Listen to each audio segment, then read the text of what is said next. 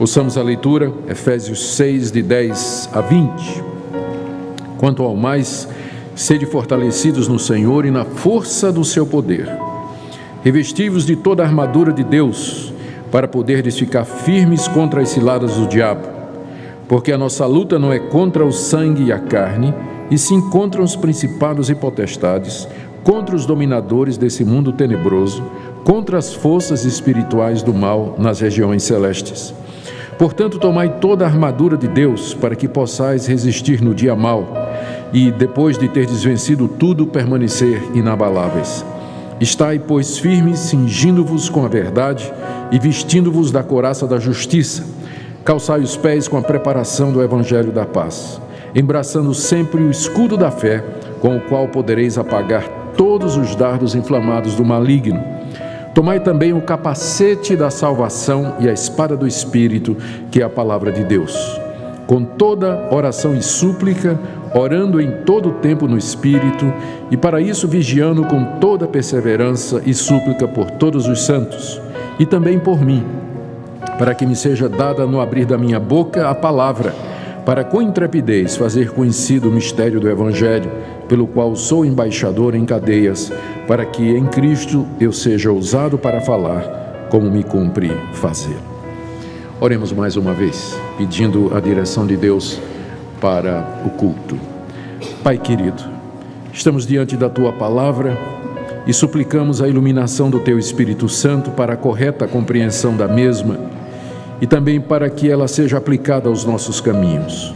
Eu oro, Senhor, por cada um dos Teus filhos e filhas aqui presentes nessa noite, desde as crianças até os mais avançados em idade, que Tua bênção esteja sobre todos eles e que cada um receba da porção da Tua palavra como alimento espiritual. Em nome de Jesus. Amém. Queridos, a partir desse versículo nós já vimos alguns pontos importantes a respeito da oração. Primeiro, que orar é um dever de todos. Segundo, que nós devemos orar em todo o tempo.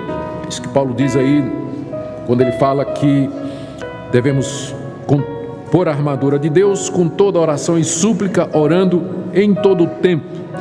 Vimos também que para isso nós precisamos vigiar com toda perseverança, também está no texto.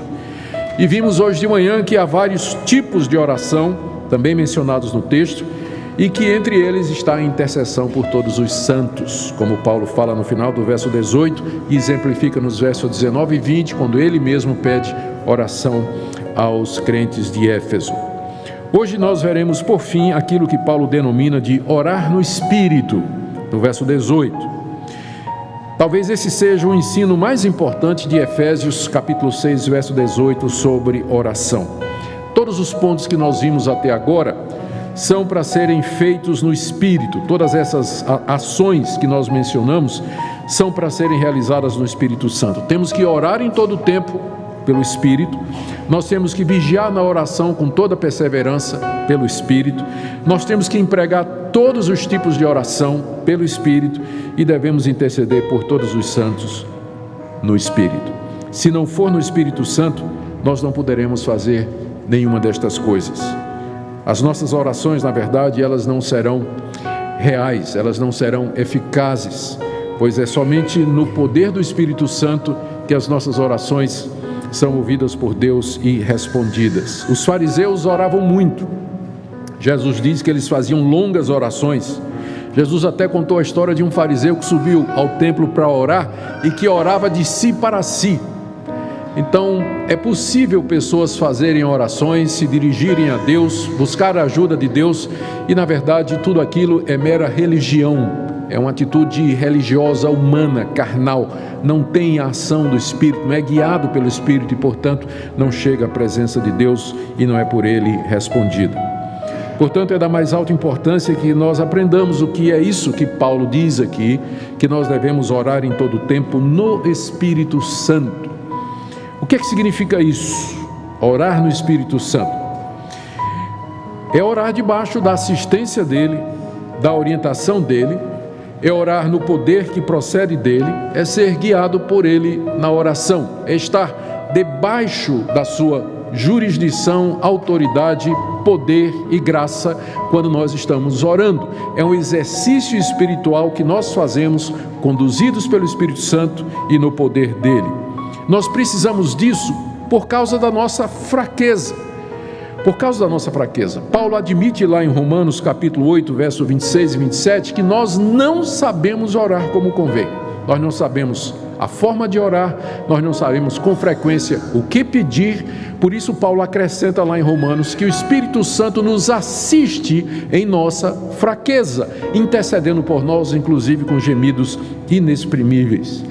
Por causa da nossa humanidade caída, por conta da nossa limitação e da nossa subjetividade, nós precisamos que o Espírito de Deus nos guie, nos oriente no ato da oração, para que ela de fato seja agradável a Deus. Davi sabia muito bem disso. No Salmo 51, verso 15, ele diz a Deus: Senhor, abre a minha boca, abre os meus lábios, para que eu possa cantar ou manifestar os teus louvores. Se Deus não abrir os nossos lábios, se o Espírito Santo não abrir a nossa boca, se Ele não nos assistir na oração, ela será uma oração vã, ela será apenas uma manifestação religiosa. Por outro lado, é importante notar então o que é que orar no Espírito não significa, porque existem muitas ideias erradas a respeito disso. Se você quiser fazer uma prova, vá no YouTube e digite orar no Espírito, e você vai ver uma série de pregações de pastores sobre o que é orar no Espírito, e a maioria deles vai começar dizendo que é orar em línguas estranhas. A maioria deles vai dizer isso. Então, primeira coisa, orar no Espírito não é orar em línguas estranhas, não é você orar em línguas diante de Deus. Existem, sim, 3 passagens do Novo Testamento que parecem associar a oração no Espírito com línguas. A primeira delas é Romanos 8, 26 a 27, que eu já mencionei, quando o apóstolo Paulo diz que nós não sabemos orar como convém, mas o Espírito intercede por nós com gemidos inexprimíveis. Muitas pessoas entendem que essa expressão gemidos inexprimíveis se refere a línguas estranhas. Só que o texto está dizendo que é o Espírito Santo que geme, não é o crente. É o próprio Espírito de Deus que geme diante do Pai. Nós até, quando falamos recentemente sobre isso, na nossa exposição em Romanos, nós dissemos que é um tipo de linguagem que a Bíblia usa para falar dos mistérios de Deus, e que revela um relacionamento dentro da Trindade, quando o Espírito se dirige ao Pai em favor daqueles que são seus, e o faz isso com tal intensidade que é como se ele estivesse gemendo, e são gemidos de tal forma profundos que palavras não podem exprimir. De qualquer forma, quem geme é o Espírito Santo e não o crente. Logo, Romanos 8, 26 a 27, não está dizendo que a intercessão do Espírito com gemidos inexprimíveis é orar em línguas. A outra passagem é 1 Coríntios 14, de 14 a 15. Lá o apóstolo Paulo está discutindo sobre a questão dos dons. Ele está falando sobre o dom de línguas. E ele está dizendo para a igreja de Corinto que não adianta falar em línguas estranhas na igreja se não houver interpretação. Porque a igreja não recebe edificação nenhuma, só pode haver edificação se houver entendimento. Falar em línguas na igreja que não seja acompanhada de interpretação é um exercício vazio, porque não traz entendimento ou conhecimento das coisas de Deus, porque é feito numa língua que ninguém entende. E Paulo então diz: o que é que eu vou fazer então? Aí ele diz: eu vou falar no Espírito, mas eu também vou falar com a mente.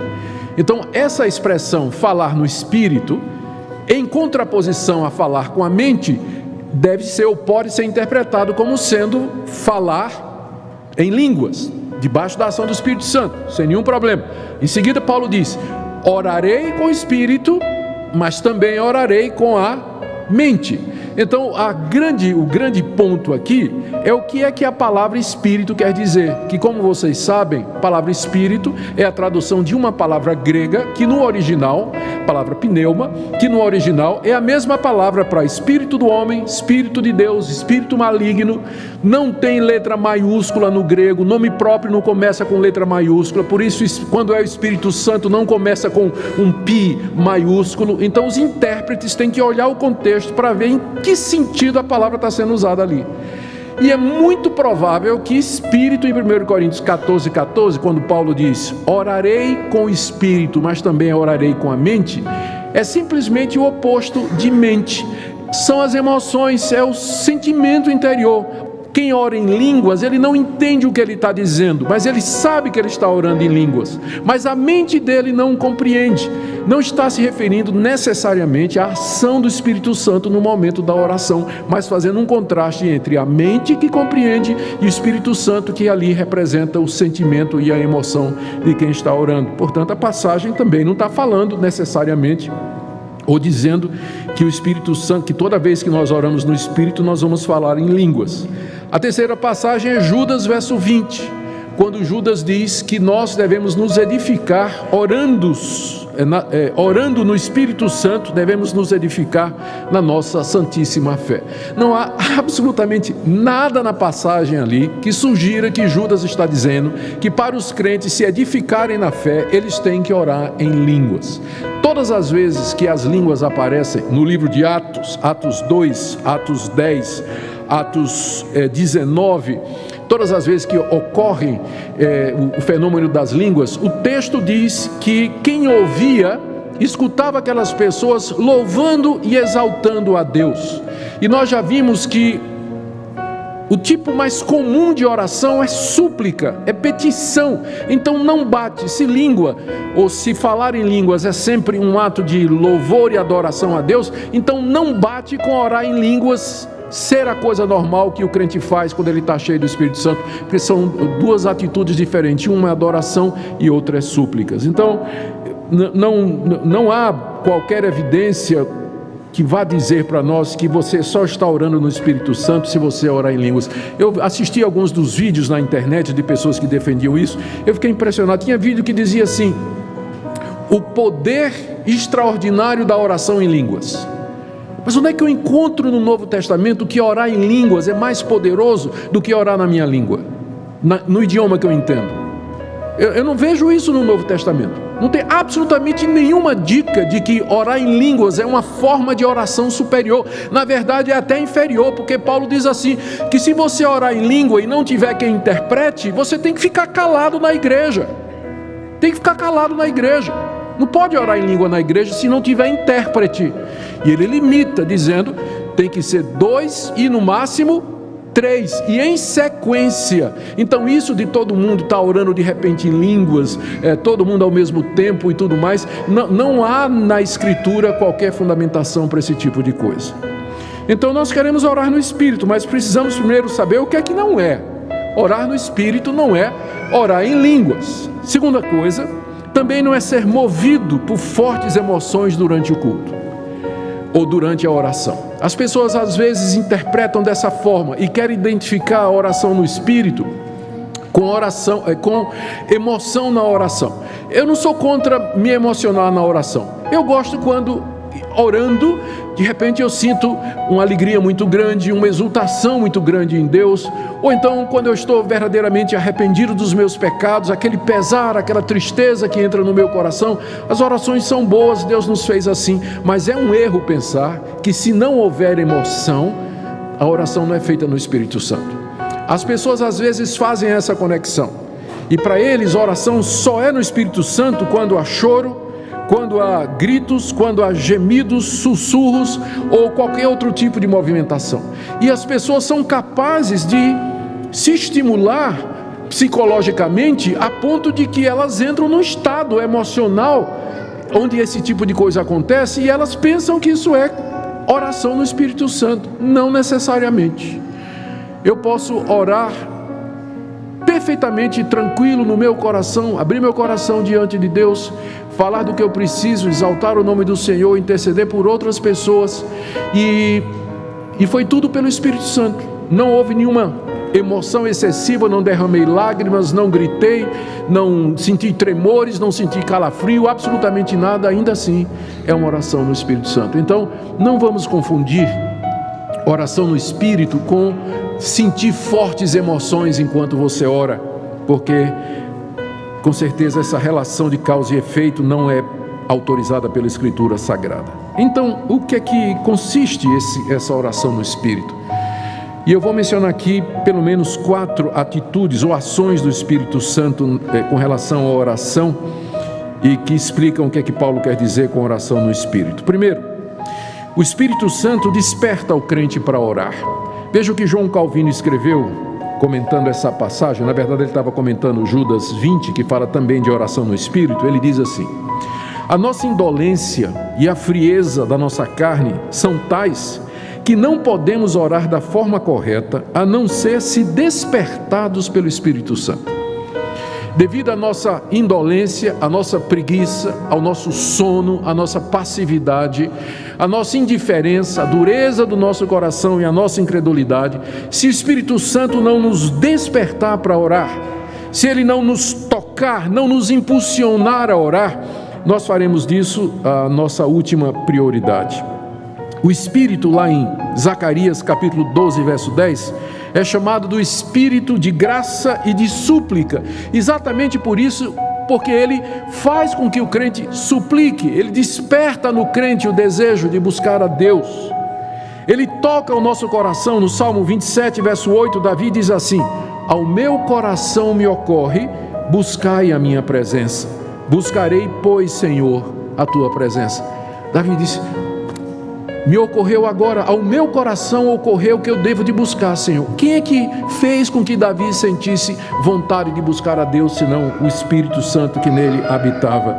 O próprio Paulo, aqui em Efésios, capítulo 5, verso 14, ele já tinha dito aos crentes de Éfeso: desperta, ó tu que dormes, levanta de entre os mortos e Cristo te iluminará. É o Espírito Santo quem nos desperta da nossa morte espiritual, da nossa indolência, sonolência, frieza, mornidão e passividade, e desperta em nós a vontade de orar. É isso que significa orar no Espírito, é orar sob a liderança dEle, debaixo do estímulo dEle, porque Ele nos toca, porque Ele nos move, porque Ele nos impulsiona a fazer isso. Segundo, o Espírito nos faz aproximar de Deus em oração como um filho se aproxima do seu pai. Eu creio que essa é uma das características mais importantes de orar no Espírito Santo. Por quê? Porque o Espírito Santo é referido no Novo Testamento como sendo o Espírito de adoção, pelo qual nós nos dirigimos a Deus como se fosse o nosso pai. Gálatas 4:6, Paulo diz assim: porque vocês são filhos, Deus enviou ao coração de vocês o Espírito de seu Filho que clama: Abba, Pai. E em Romanos 8,15 ele disse: vocês não receberam espírito de escravidão para viverem outra vez atemorizados, mas receberam o espírito de adoção, baseado no qual clamamos: Abba, Pai. O Espírito de Deus, ele é o Espírito de adoção. Ele testifica ao meu coração, ao meu espírito, de que eu sou filho de Deus e que Ele é meu Pai. E é dessa forma que eu me aproximo de Deus, como sendo um Pai. E sendo um Pai, Deus sabe o que eu preciso antes de pedir, como Jesus disse em Mateus 6:8, que o vosso Pai Celeste sabe do que precisais antes que lhe o peçais. Porque Ele é Pai, Ele sabe do que eu preciso antes que eu comece a orar. Porque Ele é Pai, Ele me dá coisas boas, como Jesus disse em Mateus 7:11, se vocês que são maus sabem dar coisas boas aos seus filhos, quanto mais o Pai que está no céu não dará coisas boas aos que pedirem. E se Ele é Pai, sua vontade é suprema para nós. Jesus no Getsêmani disse: Pai, se possível, passa de mim esse cálice, se não seja feita a tua vontade e não a minha. Porque Ele é Pai, na oração eu me submeto à vontade dEle, ainda que às vezes meu desejo seja outro. Em outras palavras, o Espírito me faz, porque Ele é o Espírito de adoção, Ele me faz aproximar de Deus em oração, nessa relação de confiança, de que como Ele é meu Pai, Ele vai me ouvir. Como Ele é meu Pai, Ele vai me compreender. Como Ele é meu Pai, Ele vai me perdoar. Eu posso depender dEle, eu posso ter total confiança nas suas promessas e eu posso ter intimidade com Ele. Orar no Espírito, então, é chegar-se a Deus nessa relação de pai e filho. Pai que ama, perdoa e cuida. E aqui é tão importante esse ponto. Deus não é, para os seus, um Deus vingativo, cruel e caprichoso. Tem muita gente que não ora exatamente porque não tem esse espírito de adoção. Deus para eles é uma entidade sobrenatural, poderosa, mas imprevisível, caprichosa, distante, com a qual a pessoa não tem qualquer intimidade. Então é claro que se uma pessoa tem essa perspectiva de Deus, ela não vai orar, ela não vai buscar a Deus em oração, ela não vai gastar tempo com esse Deus tão distante de quem ele pouco conhece. Mas o Espírito de Deus que nos foi dado, aquele que é crente verdadeiro, ele recebeu o espírito de adoção. Ele sabe que Deus o adotou como filho, por isso ele pode chegar a Deus e dizer: Abba, Pai, e expressar o seu coração, colocar as necessidades, confessar os seus pecados e confiar nas promessas de Deus.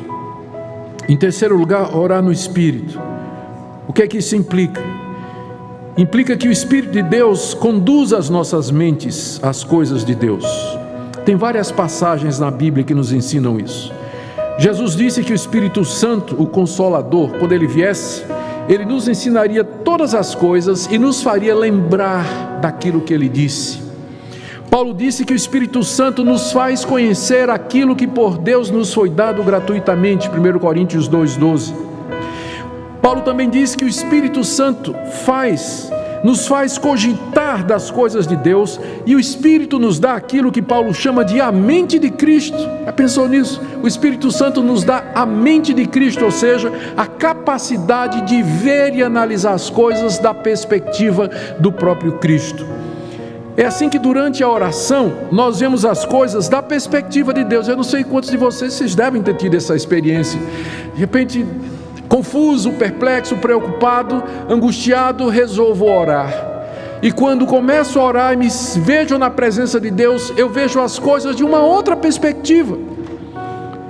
Veja, de uma outra perspectiva, e saio da oração aliviado, tranquilo, confortado, porque eu vi como Deus está vendo. Querem um exemplo disso? Salmo 73, o salmista começa o salmo dizendo: os meus pés quase resvalaram, eu quase abandonei a minha fé, os ímpios prosperando, esse pessoal que detesta a Deus, recebendo bênçãos e bênçãos, enquanto que eu, servindo a Deus, sofrendo o dia todo, qual a vantagem de servir a Deus? Ele diz isso. E aí, no verso 17 ele diz: até que eu entrei no templo e entendi o destino deles.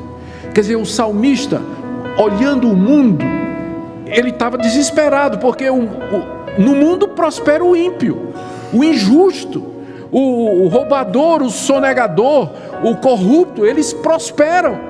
Mas o que teme a Deus com frequência vive ali apertadinho, passando por dificuldade. Então, olhando dessa perspectiva, o crente pode se sentir desanimado, até o momento que ele entra na presença de Deus e ali ele compreende. E a partir daí, do verso 17, o salmista diz: Deus, eu sei que o Senhor vai lançá-los em lugares tenebrosos, eu sei que o Senhor haverá de fazer justiça e juízo no tempo do Senhor. Perdoe, porque só para pensar essas palavras eu já atraí a geração dos seus filhos. A oração fez ele mudar de perspectiva, porque é isso que o Espírito Santo faz. Orar no Espírito é você ser levado à presença de Deus e ver as coisas da perspectiva de Deus, você entender sua situação. Você está aflito, você está angustiado, você está desesperado, você ora e o Espírito Santo lhe mostra as promessas de Deus, a fidelidade de Deus, ele lembra as bênçãos que Deus já lhe deu, e você sai da oração aliviado, porque você viu as coisas da perspectiva de Deus e não mais da nossa perspectiva. Por isso, nós podemos orar com confiança e ousadia, guiados pelo Espírito Santo, as promessas de Deus. Em quarto lugar, e não menos importante, último lugar e não menos importante, o Espírito de Deus nos dá acesso à presença do Pai. Isso é alguma coisa que também nós experimentamos, aquela liberdade na presença de Deus. Só que essa liberdade, ela é mediante Jesus Cristo. Em João 16:14, o Senhor Jesus disse que o Espírito Santo haveria de glorificá-lo. Essa é uma das funções do Espírito Santo, exaltar a pessoa de Cristo na vida do crente. E Ele faz isso quando nós, diante de Deus, buscamos a Deus em oração, e Ele apresenta diante de nós a pessoa de Jesus Cristo como nosso mediador.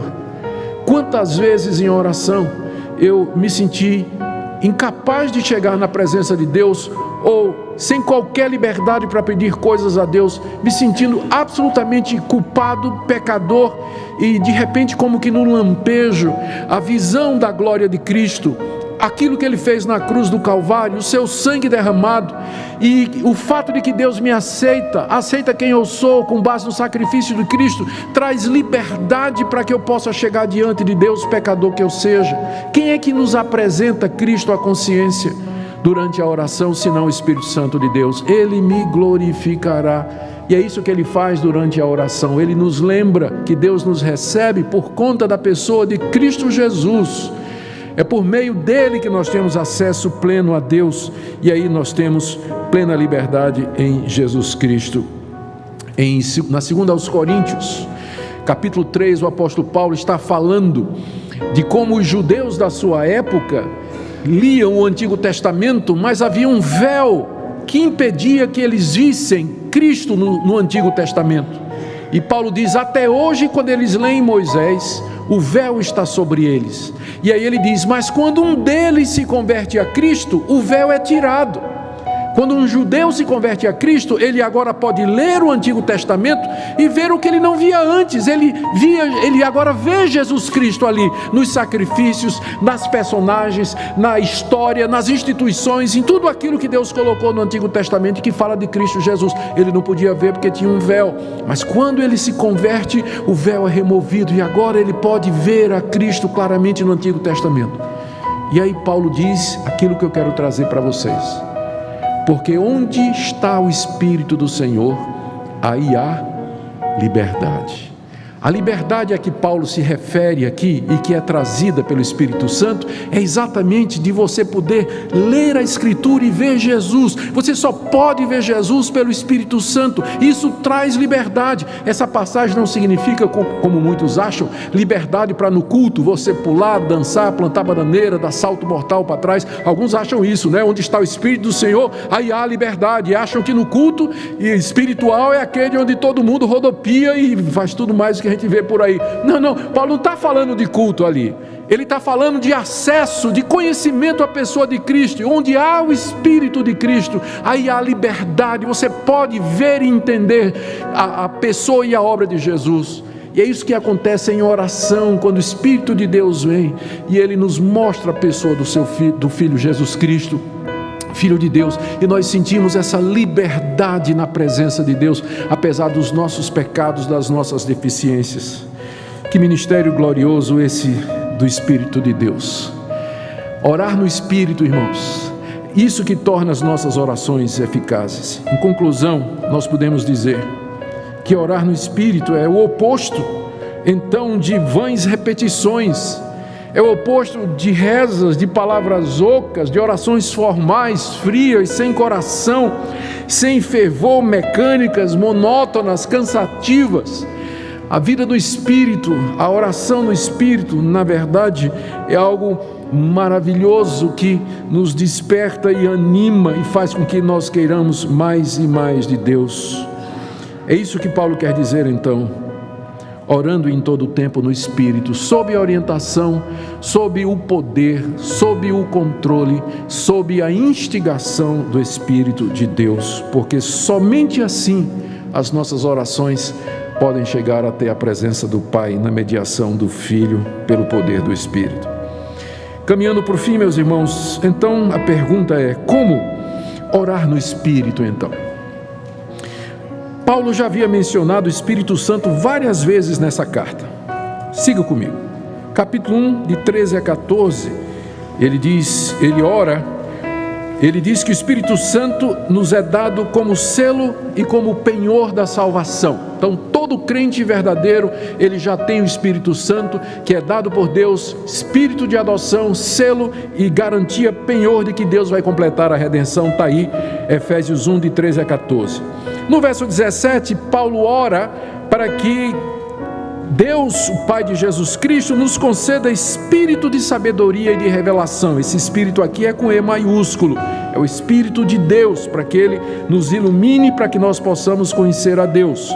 No capítulo 2, verso 18, o apóstolo Paulo disse que é pelo Espírito que temos acesso ao Pai, que foi um dos pontos que eu mencionei aqui. No capítulo 3, no verso 16, Paulo ora para que nós sejamos fortalecidos com poder mediante o Espírito Santo no homem interior. E no capítulo 4, verso 3, Paulo diz assim: esforcem-se por manter a unidade da igreja, a unidade do Espírito, aliás, no vínculo da paz. Ou seja, a vida cristã é uma vida no Espírito. O Espírito Santo está presente em todas as áreas da vida da igreja e da nossa. Agora, veja só, Paulo também deu várias ordens aos cristãos referentes ao Espírito Santo. Capítulo 4, verso 30, ele disse: não entristeçam o Espírito Santo. Não entristeçam o Espírito Santo. No capítulo 5, verso 18, ele diz: enchei-vos do Espírito. E no capítulo 6, verso 17, que é o versículo anterior a esse que nós estamos estudando, ele disse assim: tomem a espada do Espírito, que é a palavra de Deus. Portanto, à luz de todas essas passagens na carta aos Efésios, onde Paulo fala do Espírito Santo, nós entendemos que para que nós possamos orar no Espírito Santo, primeiro nós temos que ser crentes. Se você não é crente, você não tem como orar no Espírito Santo. A oração no Espírito só pode ser feita por quem é crente, convertido, nascido de novo, que tem o Espírito de Deus como selo e penhor que habita nele, garantia da redenção. Esse é o primeiro ponto. Por definição, o crente tem o Espírito Santo. Portanto, só pode orar no Espírito quem for crente em Jesus Cristo. Quem não for, ele pode orar, mas não é a oração que Deus aceita. Tem muita gente que não tem o Espírito Santo, muita gente que não é crente em Jesus Cristo, mas é religioso, segue a sua religião, às vezes até mais do que o crente, não é? Ele tem os seus deveres, ele pratica lá os rituais da sua religião e daquilo que ele acredita, tem lá as suas místicas, as suas superstições e tudo mais. Ele dirige orações a entidades espirituais, dirige orações até a Deus e tudo mais, mas não é no Espírito, porque ele não tem o Espírito Santo. E o homem não regenerado, o não salvo, ele também é religioso, porque a religião faz parte da nossa natureza humana, regenerado ou não, com o Espírito Santo ou não, o homem é religioso. Mas Deus vai escutar apenas a oração do crente, porque, como diz o livro dos Salmos, até a oração do ímpio é abominação diante de Deus. É abominação diante de Deus, ele não escutará.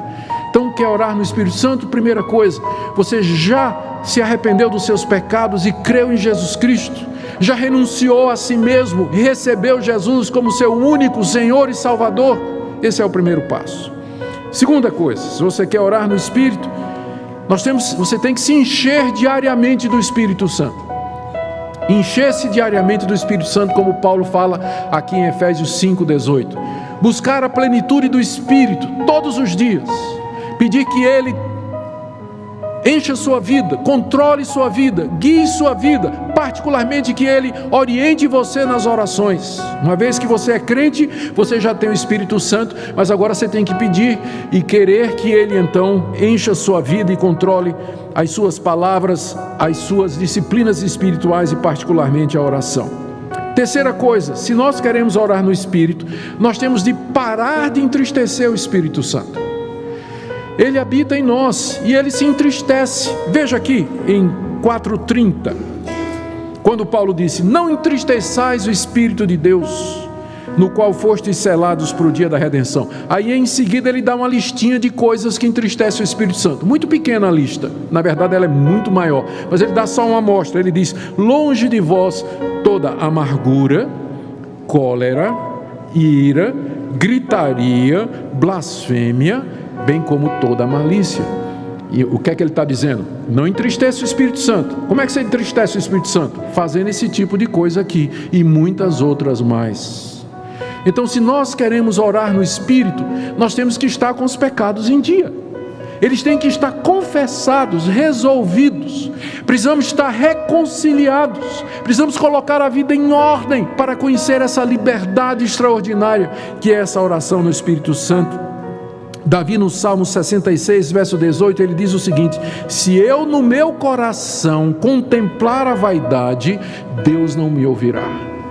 Se no meu coração eu abrigar a vaidade, o orgulho ou qualquer outro pecado não resolvido, Deus não me ouvirá. Meus irmãos, o problema, eu preciso deixar claro aqui, o problema não são os nossos pecados, porque nós somos pecadores e você vai pecar. O problema são os pecados não resolvidos, os pecados não confessados, os pecados não tratados. Se nós abrigamos pecados ocultos, não arrependidos, endurecidos em nosso coração, o Senhor não vai ouvir. Isso entristece o Espírito de Deus, e com ele entristecido não há oração no Espírito. Mas se confessarmos os nossos pecados, ele é fiel e justo para nos perdoar os pecados e nos purificar de toda injustiça. Eu quero terminar com uma aplicação àqueles queridos que estão aqui e que não oram regularmente, apenas raramente ou quase nunca. Talvez seja você nessa noite, talvez você veio aqui para ouvir essa palavra. Eu queria encorajar você hoje à noite a buscar a Deus para ter uma vida de oração no Espírito à luz de tudo que você ouviu. Você conta com a ajuda do Espírito de Deus, através da intercessão dele com gemidos inexprimíveis, de toda a assistência dele, da orientação, da iluminação. Então eu queria encorajar você a procurar uma vida de oração no Espírito. Além do Espírito, o Senhor Jesus intercede por você. Ele é o mediador. É através dele que suas orações chegam à presença do Pai. Além disso, o próprio Pai deseja isso. Ele deu a você o espírito de adoção, pelo qual você pode se dirigir a Ele e chamá-lo de Pai. Não há razão nenhuma para que a sua vida de oração ela seja mínima ou até inexistente. Não há razão nenhuma para que você passe o dia todo sem buscar a Deus, sem orar a Deus, sem derramar seu coração diante de Deus, apenas se valendo daquelas orações formais, mecânicas, talvez até antes de uma refeição, se não tiver um amigo descrente por perto, é claro, ou de manhã quando você acorda, de noite quando você vai dormir. Talvez fosse o caso até de perguntar e indagar a respeito da sua conversão, Se você quer, então, ter uma vida de oração, você talvez devesse começar pedindo perdão a Deus pela falta de oração. Não tenha dúvida, não ter uma vida de oração é pecado. Diante de tudo isso que nós vimos aqui, a vontade de Deus é que nós estejamos diante dele continuamente, constantemente, na dependência dele. Talvez você devesse começar pedindo perdão pela falta de oração. Em seguida, pede perdão pelos pecados que têm entristecido o Espírito Santo. Você sabe quais são, está na sua consciência. Faz um levantamento da sua vida honesto diante de Deus. Por que é que eu não gosto de orar? Por que é que eu não tiro tempo para orar? Por que é que eu não tenho essa vontade, esse espírito de oração, esse desejo de estar na presença de Deus? Em seguida, obedeça a cada impulso interior para orar que o Espírito Santo trouxer. Use cada ocasião do seu dia para isso. Nós temos tantas ocasiões no trânsito. Gente, como o trânsito de Goiânia dá oportunidade para a gente interceder pelos outros. Oh, Deus abençoe esse pecador miserável que acaba de me fechar aqui. Quantas oportunidades. Deus protege a vida desse motoboy. Olha a loucura, Senhor, que esse motoboy está fazendo. Protege a vida desse moço. Durante o dia nós temos dezenas e dezenas de oportunidades de fazer orações curtas, de buscar a Deus, não somente por nós, mas também pelas pessoas ao nosso redor. Lembre-se daquilo que nós vimos, que é pela oração que a gente coloca a armadura de Deus, e a nossa luta é contra principados e potestades. Sem oração, nós não temos condição de fazer frente às tentações que estão diante de nós. A última coisa que eu queria dizer para você é que ore mesmo quando você não sinta vontade. Eu tinha dito a você que uma das coisas que o Espírito faz é despertar o nosso coração. Mas isso não significa sentir vontade. Às vezes a consciência que você tem de que você não está com vontade, mas que você deve orar, é o próprio Espírito Santo. Então não espere sentir vontade para orar. Faça o que o Espírito Santo disse que você tem que fazer. Ore. Quantas vezes eu me ajoelhei para orar, ou comecei a orar a Deus, e simplesmente não estava sentindo absolutamente nada. É como se estivesse falando de mim para mim. O céu parecia de bronze, os céus fechados, absolutamente nada. Você já deve ter sentido isso que eu estou dizendo. E insistindo na oração, algum tempo depois, o céu clareia, o céu se abre. É como se o próprio Senhor tivesse descido para ficar ali na nossa frente, na nossa presença. Então ore, mesmo que você não sinta vontade, porque o Espírito Santo já disse que você tem que orar em todo tempo, em toda ocasião. E quando nós fizermos isso, nós então aprenderemos a orar no Espírito de Deus. Oh, queridos, que Deus conceda sobre nós a graça do seu Espírito Santo como o Espírito de súplica e de orações, para que essa seja uma igreja que ora, uma igreja que intercede, para que vocês possam desfrutar mais da presença do nosso Deus. Lembrando que isso que nós temos aqui é apenas um dos dias da semana. Amanhã você vai voltar para o seu trabalho, você vai voltar para a facul, você vai voltar para o colégio, você vai voltar para a rotina da sua vida, você vai voltar para o dia a dia. E ainda assim, esse culto ele pode se estender para lá. Ainda assim, lá você pode sentir a presença de Deus, buscar a Deus, servi-lo em adoração, em súplica, em confissão, em intercessão por todos os santos, como a palavra de Deus nos desafia. Que isso seja verdade para todos nós. Oremos. Ó Deus, derrama sobre nós o espírito de oração e súplica. Ensina-nos a orar, Senhor. Dê que nós dependamos do Teu Espírito Santo, que Teu Espírito Santo nos oriente. Senhor, tira de nós tudo aquilo que o entristece e enche-nos da Sua presença maravilhosa, poderosa, tremenda. Pedimos, nosso Deus, que Teu povo seja um povo que ora.